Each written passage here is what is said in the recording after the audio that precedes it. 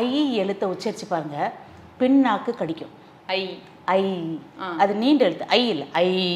ஐ அது நீண்ட ஓசையுடைய எழுத்து, அதனால அது வந்து சொல்லும் பொழுது பின்னாக்கு கடிக்கும்.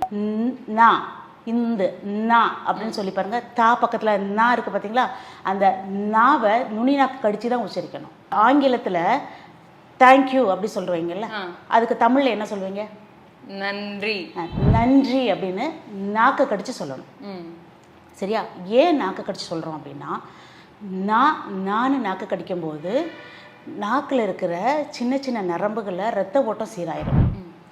ஏன்னா நம்ம பின்னாக்கையும், நம்ம எழுத்து முறை பின்னாக்கையும் கடிக்கிறோம், முன்னாக்கையும் கடிக்கிறோம். அப்போ நாக்கில் இருக்கிற நரம்புகளில் ரத்த ஓட்டம் சீராயிரும். ரத்த ஓட்டம் சீராகும் போது போதுமான அளவு உமிழ்நீர் சுரக்கும். போதுமான அளவு உமிழ்நீர் சுரக்கும் போது நமக்கு நோயே வராதுங்கிறது மருத்துவம்.